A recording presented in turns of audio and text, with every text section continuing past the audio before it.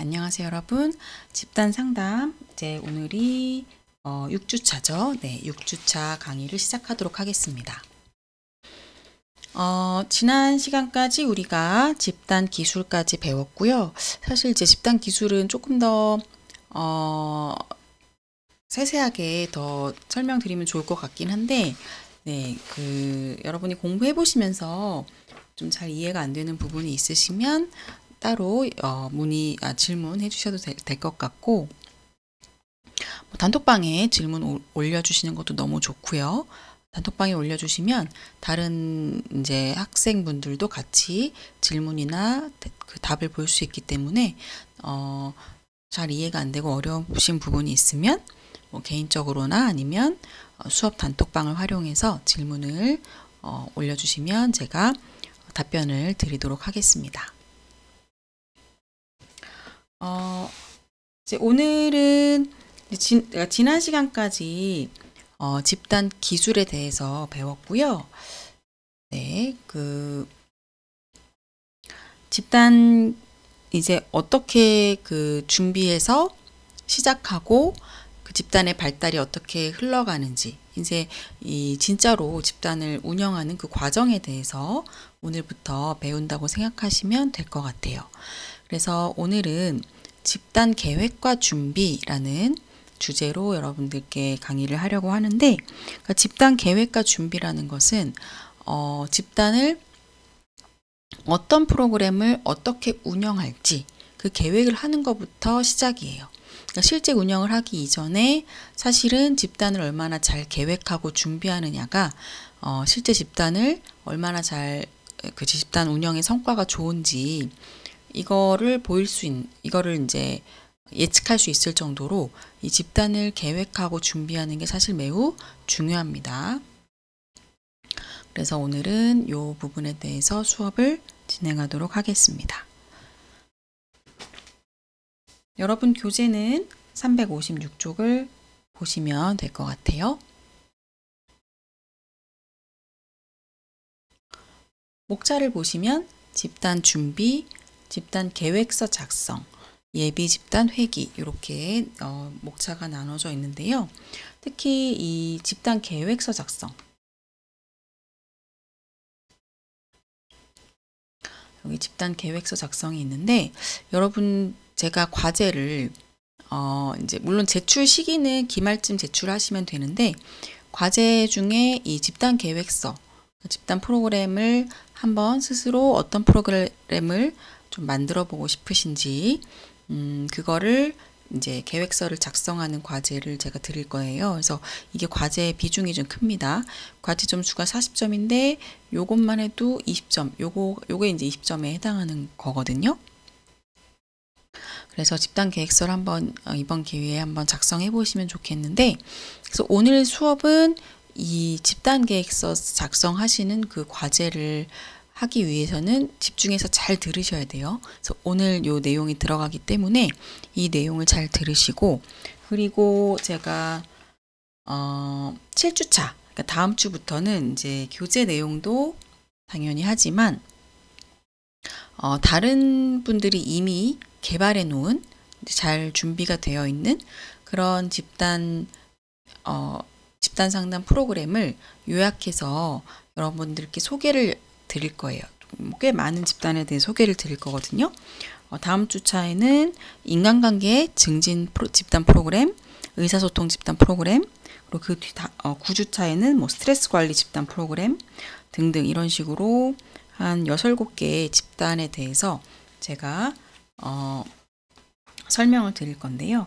그래서 오늘 이제 집단 계획서를 어떻게 작성하는 건지 큰 틀에 대해서 좀 이해를 하시고, 이제 제가 다음 주차부터 다른 집단 프로그램을 소개를 해드릴 텐데 그 내용들을 들으시면서 이런 집단도 있구나, 이런 집단은 이렇게 개발이 되어 있구나, 어떤 이론을 적용했구나, 이런 것들을 좀 이제 공부를 하시면서 여러분은 어떤 집단을 만들고 싶으신지 점점 구체화를 시켜서 이제 기말쯤에 여러분 개개인의 집단 계획서를 작성해서 제출을 해주시면 됩니다. 미리 작성해 놓으셔도 좋겠죠. 네. 그리고 세 번째는 예비 집단 회기. 그래서 이렇게 세 가지 목차로 내용이 구성이 되어 있습니다. 그래서 오늘은 이제 들어가면서 우리가 질문을 보면 이렇게 되어 있어요. 집단 상담은 어떻게 계획하고 준비해야 하는지, 집단을 계획하고 준비한다는 것의 의미가 무엇인가, 집단 계획서는 어떻게 작성해야 하는가, 또 예비 집단 회기라는 게 뭔지, 이거를 어떻게 계획하고 준비해야 하는지 이 부분에 대해서 같이 이야기를 나누겠습니다.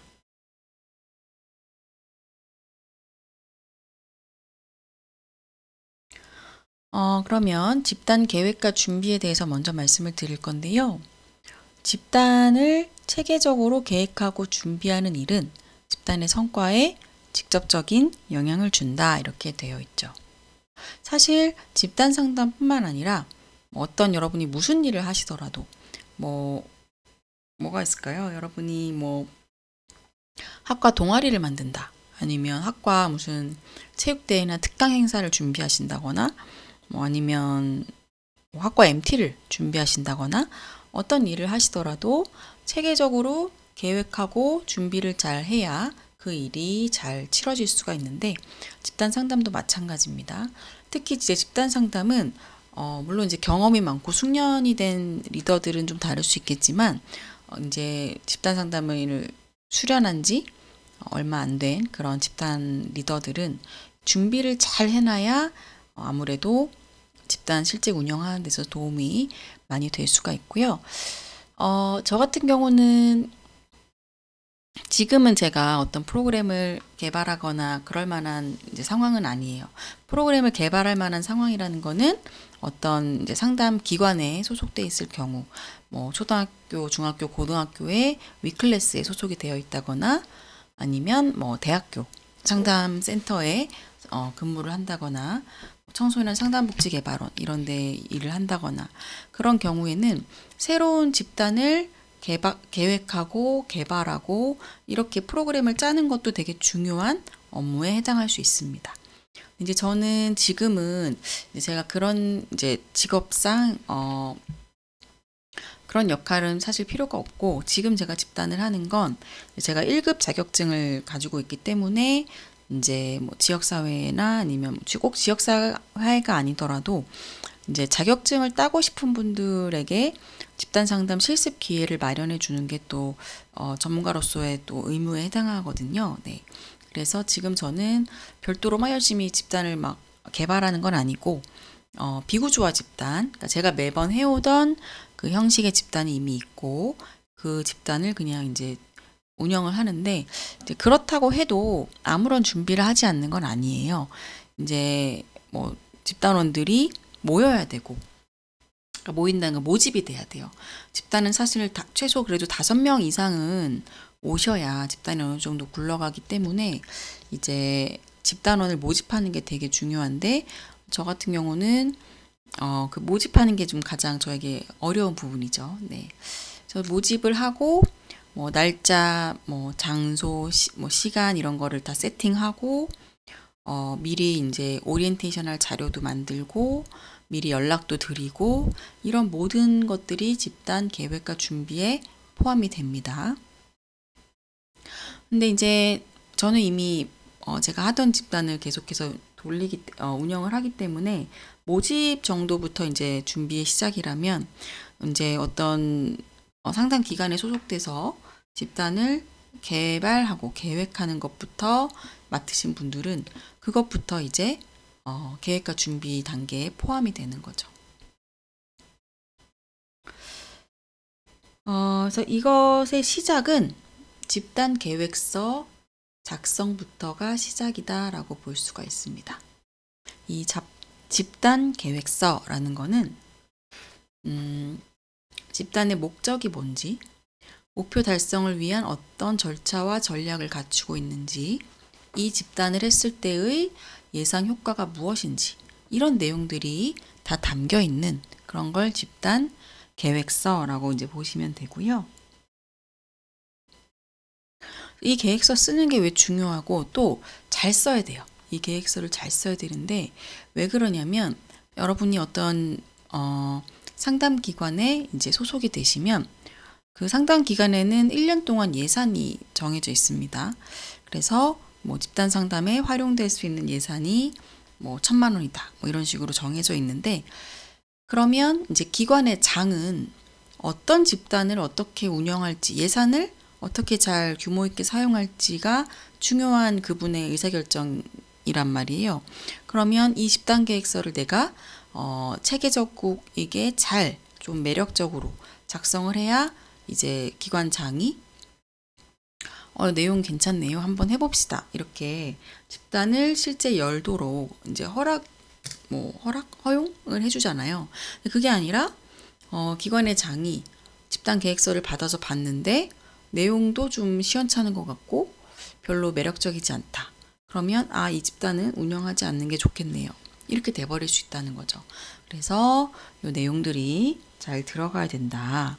그거를 말씀드릴 수 있을 것 같고요. 근데 이제 꼭 뭐 집단 운영에 대해서 허락을 받기 위한 용도만은 아닙니다. 자, 의미 있는 집단 경험 이렇게 돼 있죠.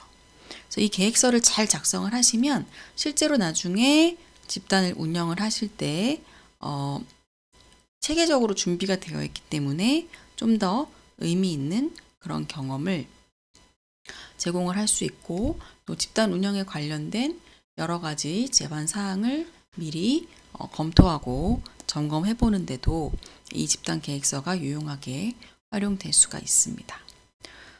그래서 집단 계획서에 대해서는 조금 구체적으로 뒤에서 살펴보려고 하고요.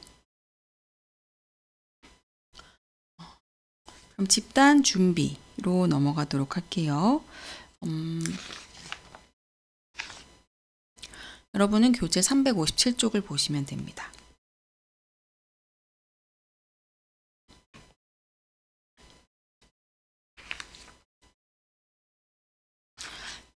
내용을 보시면 357쪽 맨 밑에 집단 상담자는 소속 기관장을 비롯한 구성원들에게 집단의 목적과 필요성을 분명히 인식시키는 한편 기관 외부, 즉 지역사회의 구성원들에게 적극 홍보하여 관심과 지지를 끌어내기 위한 노력이 요구된다. 이렇게 적혀져 있어요. 즉 우리가 집단 상담을 운영을 할 때는 그냥 내 마음대로 하고 싶은 대로 하면 좋겠지만 물론 여러분이 자신의 그 상담센터를 차리고 그렇게 충분히 하실 수 있어요. 근데 그게 아니라 내가 어떤 기관에 소속이 되어 있다 했을 때는 내가 운영하려는 집단에 대해서 그 기관 내부의 지지도 확보가 되어야 되고요. 그러니까 내가 소속된 그 기관 외부의 지지도 확보가 되어야 됩니다. 그래서 여기 이제 예시들이 나와 있는데 내가 예를 들면 대학교의 학생 상담센터에서 일을 한다. 아니면 중고등학교의 위클래스 상담 선생님으로 일을 한다. 이렇게 했을 때 내가 어떤 집단을 하고 싶으면 뭐 학습 집단이나 진로 집단을 하고 싶다. 그랬을 때 일단 기관장이 오케이를 해야 돼요. 그래야 예산을 받아서 운영할 수가 있고 또 기관장뿐만 아니라 대학 학생상담센터 안에 있는 직원들이 그 집단에 대해서 좋은 것 같아요 하면서 같이 보조 리더를 해주신다거나 지지를 좀 해주시면은 아무래도 좋겠죠. 그리고 뭐 행정실이 별도로 있다면 행정실 직원분들이 또 물품 구입이나 예산 활용에 대해서 도움을 주실 수 있기 때문에 그런 부분도 필요할 수 있습니다. 그럼 그러니까 기관이라고 생각하시면 돼요. 기관 외부의 지지도 필요한데 일단 뭐 위클래스다 그랬을 때는 학생들만 참여하고 싶다고 해서 집단에 참여하는 게 아니라 학부모님이나 보호자의 동의도 구해야 돼요. 그래서 그런 부분도 필요할 수 있다. 자, 좀 자세하게 보시면 일단 기관장의 지지에는 말씀드린 내용이에요. 예산이 한정적이죠. 제한된 자원으로 최선의 것을 얻으려는 기관장의 욕구와 입장에 대해서 이해를 하셔야 되고, 그래서 학교 세팅이다, 학교 장면이다. 그러면 어떤 집단 프로그램을 했을 때 학생뿐만 아니라 궁극적으로는 교사나 학부모에게 도움이 될 수 있다는 것을 인식을 좀 시킬 필요가 있겠죠. 또 부적응 학생들의 행동 변화, 인간적 성장을 위해 이런 집단 상담 프로그램을 만들고 참여시키는 게 필수적이라는 거를 잘 설득을 하시는 게 필요할 것 같습니다. 그다음에 구성원의 지지를 보시면 학교 장면이라면 상담센터, 학교 안에 위클래스 선생님들 외에 학교 안에 담임 선생님이나 다른 교과 선생님들의 지지와 협조도 필요합니다.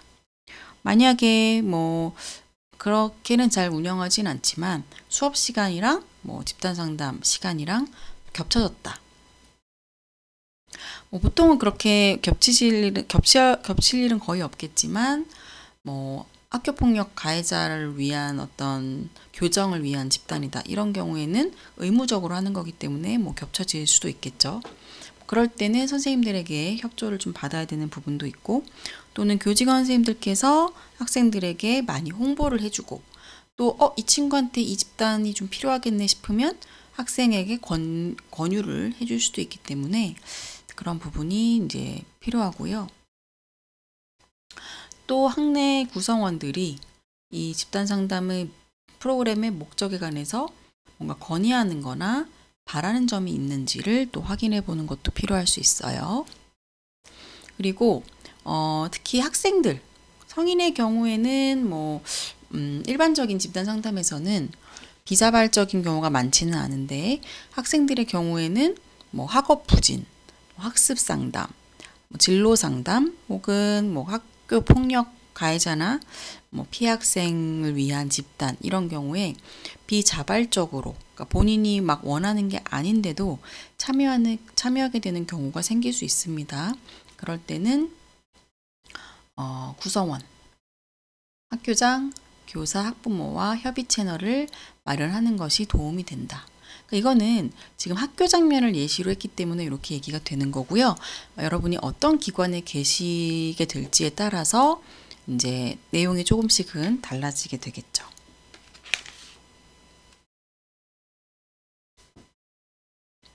그다음에 학부모의 지지입니다. 학부모. 자, 이것도 학교 장면에서의 예시에 대한 내용으로 나와 있는데, 학교에서는 부모, 보호자가 중요한 외부 자원이 됩니다. 그래서 학부모가 얼마나 협조해 주시고 지지해 주시고 이러는 것이 이 집단 상담 프로그램 활동의 활성화에 큰 영향을 미칠 수 있고, 또 학교 장면 같은 경우에는 학생만 집단에 참여시키는 것이 아니라 전체 회기는 아니더라도 2번 정도는 부모님을 오시게끔 학부모님을 초대하는 그런 회기를 가질 수도 있어요. 그렇게 하는 이유는 청소년의 경우에는 청소년만 상담을 한다고 해서 변화가 크게 나타나지 않을 수 있고, 그래서 여러분 이제 금쪽이 상담 프로그램을 보시면 금쪽이만 상담하지 않아요. 오히려 금쪽이 자체보다는 금쪽이의 부모님에 대해서 개입을 하고 부모님을 변화시켜서 아이의 변화로 이끌어가는 걸 우리가 많이 볼 수가 있습니다. 그만큼 청소년기에는 학부모님에 대한 개입이나 상담이 어떻게 보면 학생에 대한 것보다 더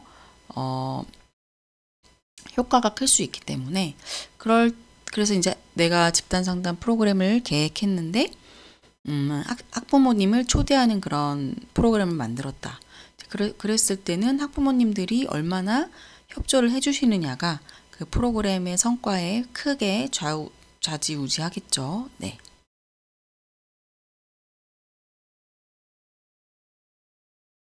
그러면 학부모 지지를 어떻게 획득할 것인가, 그 방안이 교재에 나와 있습니다.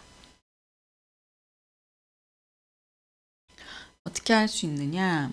학부모와 어떤 지속적인 모임을 가짐으로써 만약에 학부모님을 집단 상담 자체에 초대하지 않더라도 시작하기 전이나 중간에 한번 집단 상담 끝나고 나서 이런 식으로 학부모님하고 모임을 가지는 것도 도움이 될 수 있고요.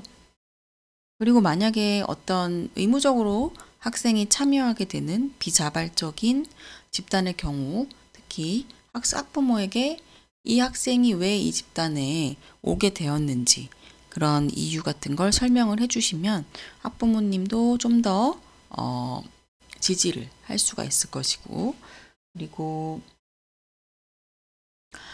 또 중요한 게 학교 장면에서는 학생에 대한 어떤 개인정보를 수집하거나 프로그램에 참여시키는 데 있어서 학부모님의 동의를 획득하는 게 매우 중요합니다. 미성년자이기 때문에. 그래서 여러분이 나중에 청소년을 위한 어떤 기관이나 학교에서 상담자로서 일을 하시게 된다면 보호자, 특히 학부모님의 동의를 얻는 것이 필요하다는 것을 잘 유념을 하셔야 되는 거예요. 그리고 교재 360쪽에 보시면 글상자 7-1에 학부모의 지지를 위해 필요한 전달 사항이 있습니다. 이걸 한번 잠깐 읽어보시겠어요?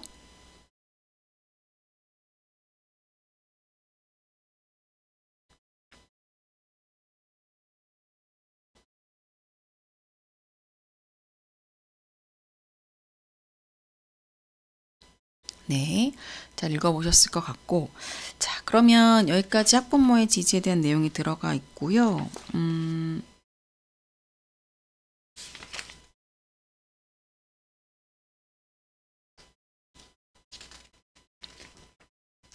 이제 362쪽 교재에 넘어가시면 집단 계획서 작성에 대해서 나와 있습니다. 이 집단 계획서 작성을 보시기 전에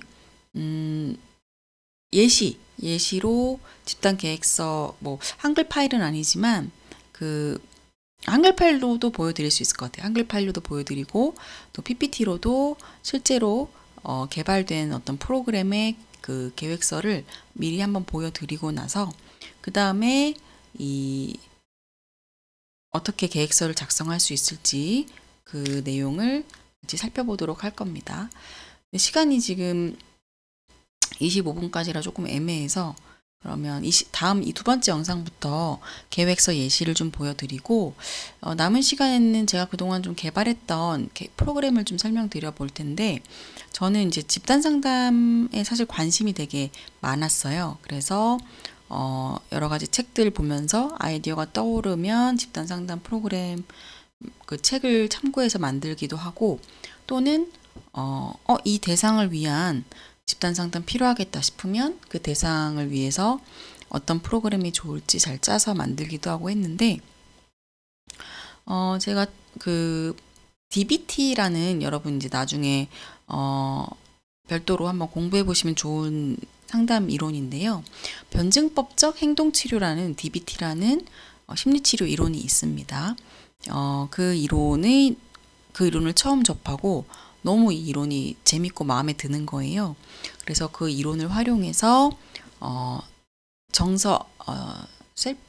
셀프 힐링 프로그램 이렇게 만들어서 운영을 했던 적도 있고, 셀프 힐링 프로그램 같은 경우는 비구조화는 아니고 구조화로 매 회기 교육 자료를 이제 책을 참고해서 만들어서 학생들하고 이제 그 교육 자료를 바탕으로 집단을 운영했던 적이 있었고요. 그 다음에 기본적으로 제일 많이 했던 거는 대인관계 향상 프로그램인데, 대인관계 향상 프로그램은 이미 구조화된 프로그램이 제가 근무했던 기관에 있었어서 그걸 가지고 하다가 제가 비구조화로도 해보고 싶어서 이제 비구조화는 개발했다고 할 건 없지만 비구조화로도 별도로 운영을 했던 적도 있고, 또 제가 대학원을 다닐 때 아이 엄마였어요. 박사과정 때. 근데 이 공부하면서 일도 하면서 아이를 키우는 이 스터딩맘에 대한 너무 지지나 지원이 없는 거예요. 그래서 사실 스터딩맘들 되게 힘들고 역할이 너무 다양하고 많아서 힘들기도 하고 지치기도 하거든요. 그래서 대학원 공부를 하면서 일도 하면서 아이를 키우는 그런 여성들, 스터딩맘을 대상으로 집단 상담 프로그램을 개발해서 운영을 했던 적도 있었거든요. 그런 거 할 때마다 되게 재밌게 아이디어를 막 창의적으로 내가 하고 싶은 걸 만들 수 있으니까 그렇게 계획을 하고 이제 기관에 이런 프로그램을 해보고 싶다 하면은 또 지원을 해주세요. 예산 같은 거 지원도 받고 이렇게 해서 운영을 했었습니다. 네, 그러면 첫 번째 영상 여기까지 하고 두 번째 영상에서는 제가 예전에 개발했던 프로그램 예시를 보면서 설명을 좀 드리도록 하겠습니다.